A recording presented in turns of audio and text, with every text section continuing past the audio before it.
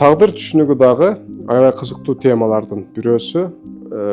Бирок баштан так кесе айтыш керек, биз классикалык мааниде бүгүн жашоодо түшүнүп аткан тагдыр түшүнүгү 100% Курандын тагдыр түшүнүгү менен дал келбейт. Башкача айтканда, тагдыр бул Кудай Таала бешенеге жазат, биз каалабасак ошол нерсени жашап өтөбүз деген түшүнүк туура эмес.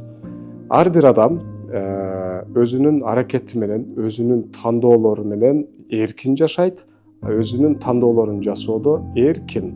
Ал эми Куранда айтып атат го деп менин жеке сабактарымда дагы ушул суроо көп келет. Кайсыл аятты айтыптыр десең, аяттын котормосун алып келет. Ал жерде ошол тагдыр бешенеге жазылган деп кашанын ичине жазып коет. Арабчасында, Курандын оригиналдуу версиясында ал сөз жок мисалы. Биринчиден, тагдыр сөзү Куранда кадар деген сөз менен өтөт. Кадар кылдат эсеп, кылдат өлчөм дегенди билдирет. Башкача айтканда, Алла Тааланын бардык нерсени белгилүү бир тагдыр менен жаратты деген Куранга көбүнчө ушул нерсени дипнот кылышат. Тагдыр менен жаратты деген сөзү атайын ийне жибине чейин эсептеп туруп анан жаратты. Ашыкча же кемтик жетпей калган Кудайдын жаратканынын ичинде эчтемке жок деген сөз.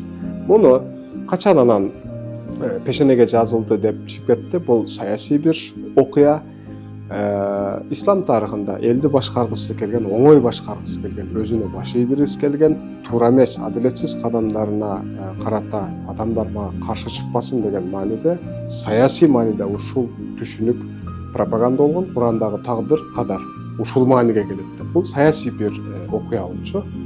Андыктан муну так кесе билип бөлүп алуу маанилүү. Себеби көпчүлүк учурда жашоодогу бир топ адамдын, бир топ коллективдин же кандайдыр бир бирөөлөр менен болгон мамилесиндеги туугандары буга кошулуп, мисалы, туура эмес кадамдарын, туура эмес кысымдарын бешенем ушу экен да, тагдырым ушу экен деп жүргөн биздин адамдарыбыз көп. Жок, бул тагдырга байланыштуу нерсе эмес. Бул сиздин тандоолоруңузга, сиздин дүйнө көз карашыңызга, сиз окуяга кандай маани бересиз, кандай кабыл аласыз, ошого гана байланыштуу нерсе.